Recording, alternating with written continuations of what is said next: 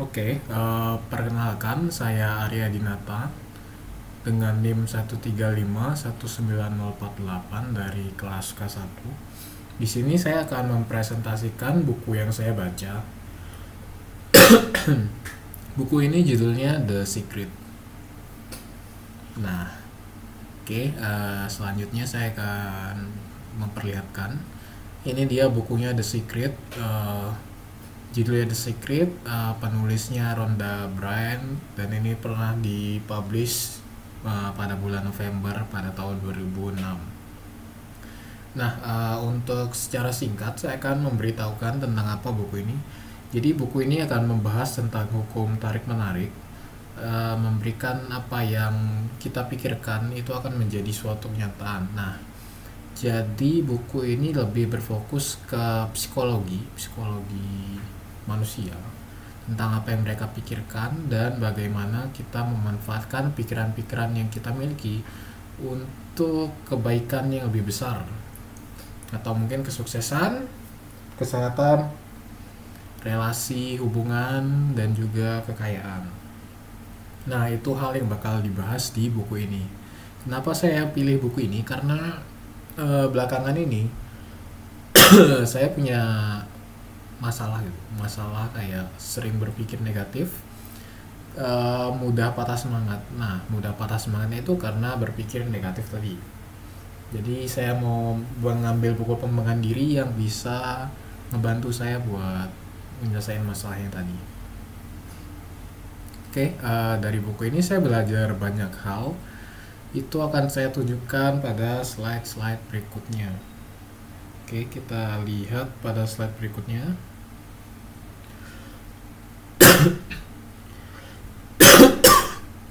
Oke, jadi ini merupakan ringkasan secara yang singkat ya, yang benar-benar singkat banget. Jadi buku ini menggambarkan suatu hukum yang disebut dengan Law of Attraction. Jadi Law of Attraction ini apaan? Dia ini adalah sebuah hukum tarik-menarik yang dilakukan oleh pikiran kita. Jadi apapun yang kita pikirkan, itulah yang akan kita tarik ke dalam kehidupan kita. Nah, jadi penjelasan lebih lanjutnya akan saya jelaskan pada slide berikut ini. Oke, pada slide ini saya akan menjelaskan Law of Attraction yang telah saya sebutkan pada slide sebelumnya. Nah, jadi ini merupakan inti dari buku ini dan yang paling sering dibahas dan menjadi pembahasan fundamental pada buku ini. Oke. Jadi apa itu Law of Attraction? Law of Attraction ini bisa disebut juga sebagai hukum daya tarik. Nah, di mana hukum ini adalah hukum yang mengatur antara pikiran dan kenyataan. Kenapa bisa kayak gitu? Jadi apapun yang kita apapun yang kita pikirkan, itulah yang akan terjadi kepada kita. Kenapa bisa kayak gitu? Karena hukum tarik menarik ini dia tuh menarik berdasarkan kemiripan. Jadi misalkan kita memikirkan sesuatu, maka itu juga yang kita tarik. Kenapa bisa begitu? Karena hal yang mirip itu akan menarik hal lain juga yang mirip. Nah, contohnya kayak gini. Misalkan saya punya hobi main game. Pasti teman-teman saya juga hobinya nge-game kan? Banyak teman-teman saya yang hobinya nge-game. Kenapa? Kenapa bisa gitu? Karena semua orang yang punya kesamaan yang mirip itu cenderung bakal saling tarik menarik gitu. Jadi mereka cenderung bisa lebih cocok gitu karena mirip, ya kan? Masa kan nggak masuk akal gitu kalau misalkan saya hobinya ngegame tapi temenan dekatnya itu sering mainnya tuh sama yang sifatnya tuh beda 180 derajat sama saya. Misalkan saya anak rumahan, di rumah terus kerjaannya ngegame, nonton, terus teman baiknya tuh kayak yang kebalikan gitu, hobinya keluar jalan-jalan, kan nggak cocok kan. Nah, itu kan nggak masuk akal loh. Jadi saya ini manusia itu lebih cenderung mengakrabkan diri dengan apa yang mereka mirip gitu, dengan yang mirip dengan sifatnya. Nah, jadi karena itu pikiran yang mirip dengan pikiran kita akan menarik apa yang akan terjadi kepada kita. Nah, karena itu sama-sama mirip ya, jadi itu akan saling menarik. Juga selain itu, pikiran punya sifat magnetis dan memiliki frekuensi, di mana sifat magnetis ini berasal dari pikiran. Kita akan memancarkan frekuensi selayaknya sebuah tower yang tower sinyal yang memancarkan frekuensi pikiran itu ke segala arah di dunia, dan frekuensi itu akan dikembalikan lagi kepada kita. Nah, kurang lebih pikiran itu kayak gitu, bisa dianggap sebagai itu. Terus pikiran ini juga menciptakan kehidupan masa depan. Nah, yang ini saya sangat setuju dengan perkataan ini, karena apapun yang kita pikirin sekarang itu akan menentukan masa depan kita. Contohnya, saya mikir apa yang akan saya lakukan selanjutnya. Apakah saya akan tidur, atau akan belajar, atau melanjut mengerjakan tugas. Nah, itu akan yang saya pikirin saat ini itu bakal menciptakan kehidupan masa depan saya. Walaupun itu kelihatannya pendek, jangka pendek buat yang saya bilangin tadi. Tapi kalau suatu saat saya pilihnya terus tidur,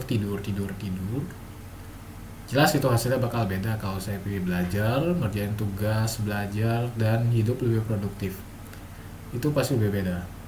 Meskipun saya bertekad ingin berubah, memikirkan yang lebih baik. Misalkan saya mikir pengen hidup lebih produktif, itu bakal ngubah kehidupan saya jauh lebih baik dibandingkan saya mikir pengen tidur. Itu baru sekedar mikir, belum diwujudin. Nah, itu bakal berpengaruh besar. Nah, seberpengaruh itunya pikiran ke masa depan kita. Ini baru dipikirin loh, bayangin, baru dipikirin aja udah punya pengaruh besar. Dan kemungkinan ya, kalau saya mikir saya bakal tidur habis ini, itu kayak bakal beneran saya lakuin. Karena itu lebih mudah. Nah, ini dia tentang law of attraction. Jadi kesimpulannya, rahasia kehidupan ini adalah hukum tarik-menarik yang ada di pikiran kita. Jadi dia bakal menarik apapun, pikiran kita bakal menarik apapun yang kita pikirkan. Jadi oleh karena itu kita harus berhati-hati dalam berpikir. Kalau bisa kita isi pikiran kita dengan pikiran-pikiran positif, jadi kita bisa menarik hal-hal yang lebih positif. Misalkan ini, misalkan ya, setelah kita berpikir positif dan ternyata nggak sesuai, jadi ya sengaja nggak apa-apa kan. Sengaja kita berpikir positif walaupun itu nggak terjadi, tapi sengaja kita berpikir positif kan, nggak ada ruginya berpikir positif. Jadi ya apapun yang jadi sebaiknya kita berpikir positif. Mungkin agak sulit dilakuin, tapi bisa kalau dilatih pelan-pelan. Nah, itu dia tentang pikiran. Pikiran akan selalu menjadi sesuatu. Oke, kita ke slide selanjutnya. Di sini ada proses penuh daya. Di bab ini intinya itu ada hukum tarik menarik, itu disebut hukum alam. Jadi ya ini hukum yang pasti terjadi walaupun kita mau terima atau enggak, kita tahu atau enggak, hukum ini bakal selalu ada dan pasti terjadi. Ini sama kayak hukum gravitasi. Hukum gravitasi itu mau kita tahu, mau kita percaya atau enggak, itu pasti terjadi. Benda pasti jatuh ke bawah. Itu hukum gravitasi, sama kayak hukum tarik menarik. Ini sama-sama hukum alam. Nah, terus apa yang kita pikirin ini itu bisa kita ketahui melalui perasaan kita. Jadi perasaan ini bisa dijadiin indikator pikiran. Kenapa bisa kayak gitu? Karena misalkan kalau kita lagi perasaannya nggak bagus, contohnya lagi perasaan kurang menyenangkan, misalkan contohnya kayak kelaparan, kita lagi lapar, secara tidak langsung pikiran kita ini akan menjadi pikiran yang negatif juga, mengikuti dengan perasaan yang kita rasakan saat itu. Kalau saya lagi lapar, biasanya ya saya jadi gampang ngambek gitu. gampang ngambek, bahkan hal-hal kecil itu bisa bikin saya tersinggung. Dan saya kalau habis itu saya bakal mikir nih, misalkan ya, saya lagi lapar, terus di luar ada yang berisik, di luar di luar tempat kos, di luar kamar saya, itu orang-orang lagi pada berisik banget. Nah, di pikiran saya itu saya bakal benar-benar terganggu dan bakal berpikiran negatif. Contohnya kayak saya mencaci maki orang-orang yang ribut itu. Kenapa sih harus ribut sekarang gitu? Kayak menyebalkan sekali lah. Dia pikiran-pikiran buruk, pikiran-pikiran buruk yang nggak baik banget. Nah, itu alasannya kenapa perasaan yang kita rasakan itu bisa jadi indikator dari pikiran. Karena nggak mungkin kan satu orang itu perasaannya buruk tapi pikirannya positif gitu. Jadi misalkan dia lagi sedih, tapi di pikirannya dia lagi bersenang-senang dan bahagia, itu kan nggak mungkin kan. Karena perasaan dan pikiran itu punya korelasi yang kuat gitu. Nah, itu dia. Jadi untuk mengetahui pikiran kita lagi baik atau buruk, itu kita bisa lihat dari perasaan kita. Nah, kemudian selanjutnya itu ada pikiran menentukan frekuensi. Nah, pikiran yang kita pikirin sekarang, baik ataupun buruk, itu menentukan ada di frekuensi mana kita saat ini. Misalkan kalau kita lagi frekuensinya lagi buruk, maka kita ada di frekuensi yang menarik hal-hal yang buruk. Kalau kita ada di frekuensi yang baik, kita ada di hal-hal yang menarik hal-hal yang berfrekuensi positif. Nah, kayak gitu. Jadi, salah satu caranya kita harus mengubah perasaan kita jadi lebih senang dan menyenangkan untuk menyingkirkan pikiran yang negatif. Misalkan ya, kalau kayak saya misalkan contohnya tadi saya kelaparan, jadi saya makan ya, saya buat perasaan saya senang, otomatis pikiran saya senang kan. Jadi ya setelah saya makan waktu itu ya, hari itu setelah saya makan kenyang, jadi setelah itu makan kenyang saya jadi seneng, terus saya jadi nggak kepikiran lagi sama suara-suara di luar, meskipun mereka berisik saya nggak peduli ya, karena udah nggak mengganggu lagi. Kenapa ya, udah nggak peduli lagi ya, ya kayak gitu sih. Nah, itu dia tentang proses penuh daya. Kemudian kita akan ke slide selanjutnya, kekayaan ya. Jadi di buku ini kita juga saya dikasih tahu bahwa pikiran kita juga bisa menarik kekayaan. Nah, caranya gimana? Jadi kekayaan ini itu berasal dari harapan. Harapan ini merupakan salah satu daya tarik yang kuat. Kenapa gitu? Karena kalau kita mikir sesuatu dan diberikan dengan harapan, dilakukan dengan pengharapan yang kuat sehingga kita benar-benar menginginkan sesuatu, maka sesuatu itu akan kita dapatkan. Kenapa bisa begitu? Karena saat kita memikirkan itu, kita akan berusaha untuk melakukannya. Karena kita menginginkan sesuatu kan, mengharapkan sesuatu, kita punya keinginan yang kuat. Karena kita punya keinginan itu, kita akan berusaha untuk melaksanakannya. Contohnya gini, saya pengen jadi asisten sister. Nah, oleh karena itu, saya punya keinginan, saya punya harapan untuk menjadi asisten sister. Nah, karena saya punya keinginan dan harapan yang kuat, saya mulai mengikuti seleksi asisten sister, mengerjakan soal, mengikuti seleksi, mengerjakan tugas yang diberikan. Kalau saya tidak punya harapan dan tidak punya keinginan, gak mungkin saya daftar ikut seleksi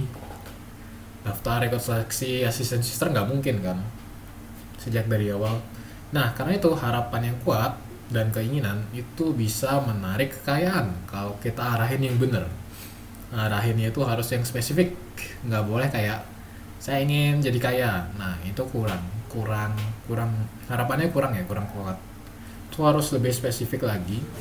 Saya ingin jadi orang kaya di umur 25 tahun. Saya punya penghasilan, saya punya tabungan 80 miliar misalkan. Saya punya tabungan 80 miliar dengan gaji 100 juta per bulannya, dan saya sudah mempunyai rumah, mobil, dan juga motor. Nah, contohnya kayak gitu. Secara nggak langsung kita bakal mikir gimana cara ngelakuin hal tersebut. Nah, kemudian selanjutnya ada rasa syukur. Rasa syukur juga proses yang sangat kuat untuk mendatangkan energi positif. Saat kita bersyukur, kita akan berpikir positif dan kita akan merasakan rasa-rasa kita ini memiliki sesuatu yang lebih dari cukup dan tidak merasa berkekurangan karena kita lagi bersyukur. Jadi kita mensyukuri apa yang kita punya, apa yang kita miliki, dan apa yang telah terjadi kepada kita. Nah, proses bersyukur ini bisa mendatangkan pikiran yang positif. Pikiran positif ini menjadi salah satu kunci keberhasilan kita. Jadi kita disarankan untuk bersyukur setiap harinya agar mendatangkan energi yang positif untuk menjalani hari-hari selanjutnya. Nah, kemudian visualisasi dapat membantu membangun pikiran dan perasaan. Visualisasi yang di sini bisa disebut juga sebagai imajinasi ya, imajinasi yang kuat. Contohnya kayak menginginkan sesuatu tadi, kita membayangkan apa yang kita inginkan secara jelas dan detail. Misalkan tadi punya kekayaan, punya rumah tingkatnya 2, warnanya putih, kita pikirkan rumah itu sedetail-detailnya. Kita punya mobilnya warna apa, misalkan kuning, pengennya apa, Lamborghini, rodanya ada 4, dan dia bakal diparkir tepat di sisi kiri dari rumah kita. Dan motornya juga bagus ya. Ya, seperti itulah, kita visualisasi yang kita inginin, itu akan ngebangun harapan dan keinginan yang lebih kuat lagi kalau kita visualisasiin, dibandingkan kalau kita hanya sekedar berharap ya. Aku pengen jadi orang kaya, dibanding terus kita kalau kita bandingin ya, orang yang bilangnya cuma aku pengen jadi orang kaya, kita bandingin sama orang yang punya harapan, daya tarik yang kuat, terus dia visualisasin juga dan dia bersyukur. Saya yakin orang yang punya harapan kuat, bersyukur, dan visualisasi yang kuat ini yang bakal lebih semangat mengejar impiannya dibandingkan orang yang cuma bilang aku pengen kaya. Nah, itu dia tentang kekayaan tadi. Lanjutnya kita bakal lanjut ke slide selanjutnya, ada relasi. Bagaimana kita meningkatkan relasi dengan kekuatan pikiran?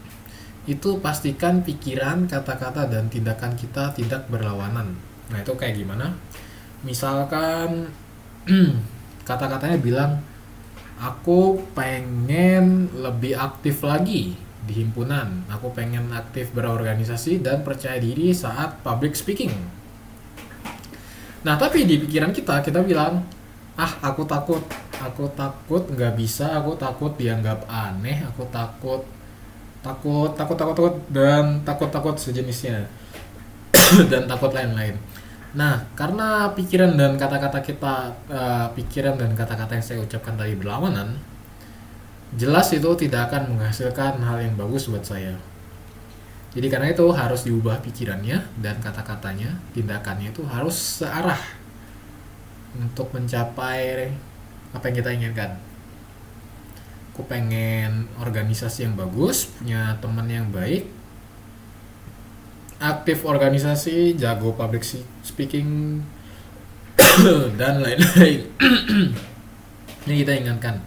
Nah, terus di pikiran kita harus percaya diri kalau kita bisa, percaya diri kalau kita akan mendapatkan apa yang kita inginkan, percaya ya dapat teman yang baik, dan itu juga kita ungkapkan dengan tindakan kita. Kita bersikap baik kepada orang itu dan menghargai orang itu.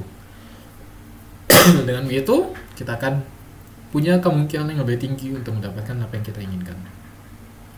Dan selanjutnya memperlakukan diri dengan cinta dan hormat. Nah, jadi kalau kita memperlakukan diri kita dengan cinta dan hormat, kita akan menarik orang-orang yang akan memperlakukan diri kita dengan rasa cinta dan hormat.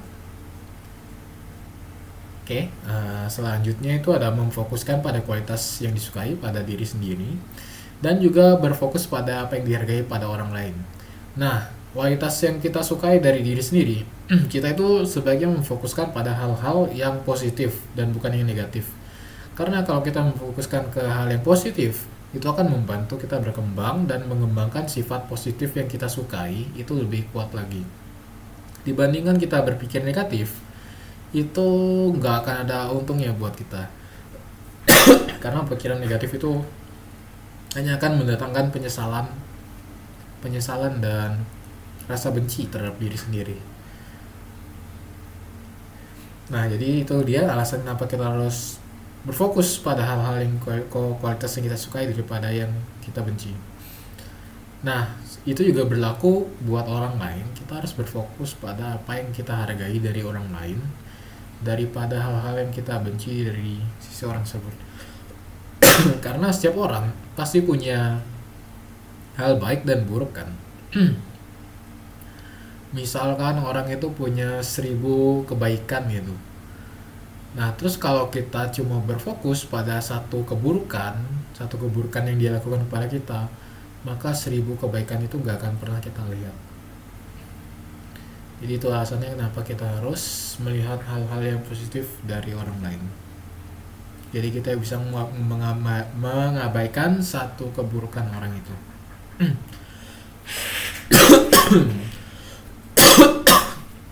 Oke, jadi selanjutnya ada kesehatan. Jadi kesehatan yang berhubungan sama pikiran itu adalah efek placebo ya. Efek placebo ini contoh dari hukum tarik menarik. Nah, efek placebo ini apa? Jadi dulu ada percobaan, ada orang yang lagi sakit, dia tuh dikasih obat sama dokter. Nah, obatnya ini sebenarnya obat kapsul ini sebenarnya bukan obat ya. Jadi di dalamnya itu cuma isi tepung biasa atau suatu zat biasa ya. Kalau nggak salah itu isinya tepung apa gimana? Saya lupa intinya. Tapi intinya itu bukan obat dan itu dikasih ke pasien yang lagi sakit. Pasien itu diyakinin kalau itu obat dan kalau dia minum itu dia bakal langsung sembuh atau segera sembuh ya itu. Nah, setelah pasiennya dikasih obat itu, benar dia sembuh ya. Sedangkan pasien yang biasa itu sembuhnya lebih lama dan pasien yang dikasih obat beneran tapi dibilang itu juga sembuhnya juga lebih cepat. Nah, jadi orang-orang yang dikasih obat bohongan ini, dia ini ikutan sembuh ya. Seharusnya dia itu kan sembuhnya lebih lama, tapi dia juga ikutan sembuh.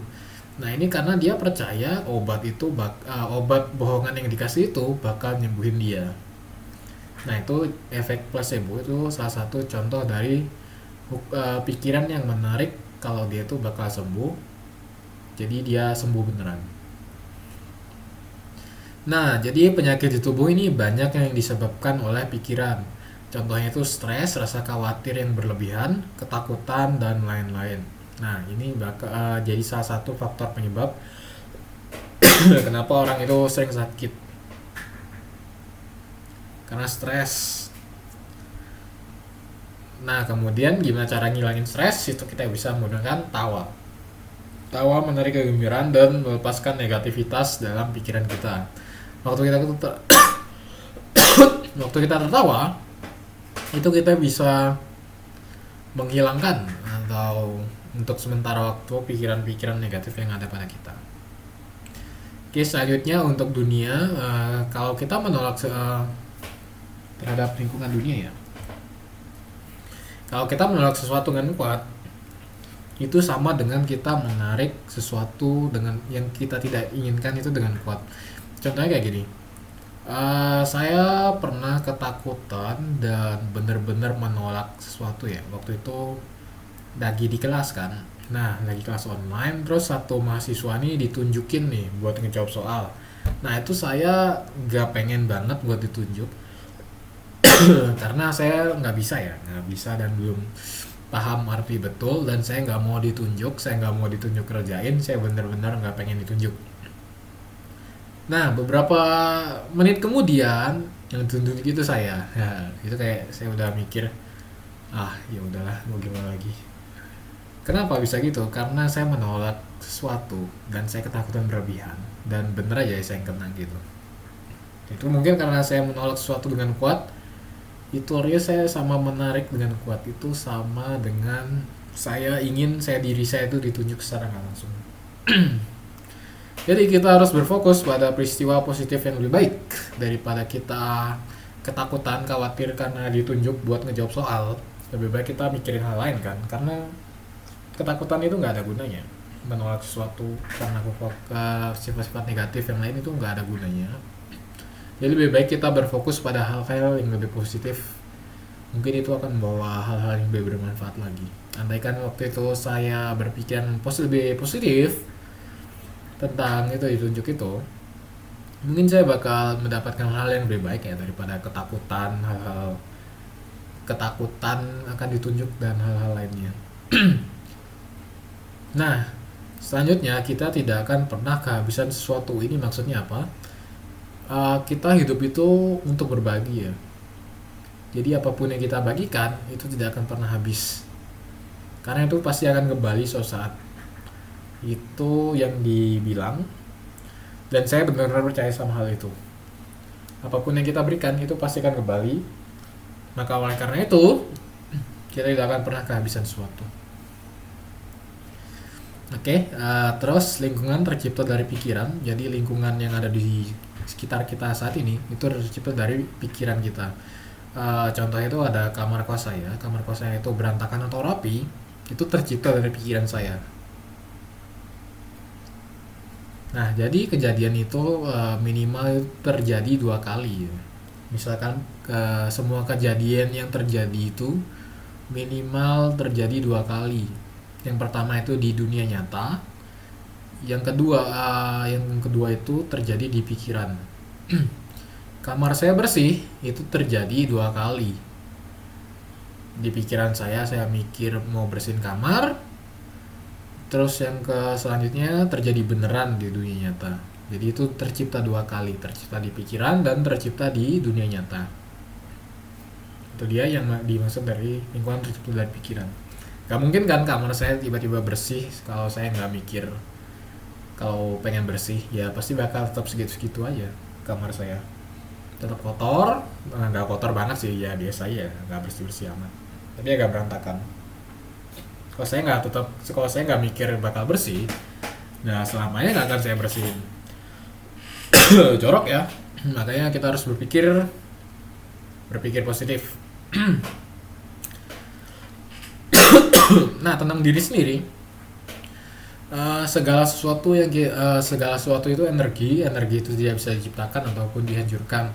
Nah, itu sama dengan kita ini juga energi ya, apapun yang kita lakukan, karena manusia itu makhluk spiritual. Jadi pikiran yang kita keluarkan sekarang, pikiran kita pancarkan sekarang, itu juga termasuk energi magnetis yang kita kirimkan ke seluruh penjuru arah dan ke alam semesta. Pikiran-pikiran itu akan berbalik suatu saat ke kita juga. Oke, kehidupan, istilah papan tulis kehidupan Anda dengan apapun yang Anda inginkan. Ini salah satu kata terbaik yang saya baca di buku ini. Quotes terbaik yang saya baca di buku ini. Istilah papan tulis kehidupan Anda dengan apapun yang Anda inginkan. Jadi misalkan saya menginginkan menjadi orang sukses, saya ingin menjadi programmer. Saya ingin menjadi programmer di bidang security ya, infrastructure security. Saya benar-benar ingin menjadi programmer yang hebat di bidang security dan juga infrastructure. Maka saya akan menuliskan hal tersebut di papan keinginan saya, di papan kehidupan saya, dan saya akan mewujudkannya. Nah, itu dia tentang kehidupan. Oke, nah ini dia ada quotes selanjutnya, quotes penutup. Pikiran adalah pelopor dari segala sesuatu. Pikiran adalah pemimpin, pikiran adalah pembentuk. Oke, sekian presentasi tentang buku dari saya. Oke, terima kasih telah menyaksikan.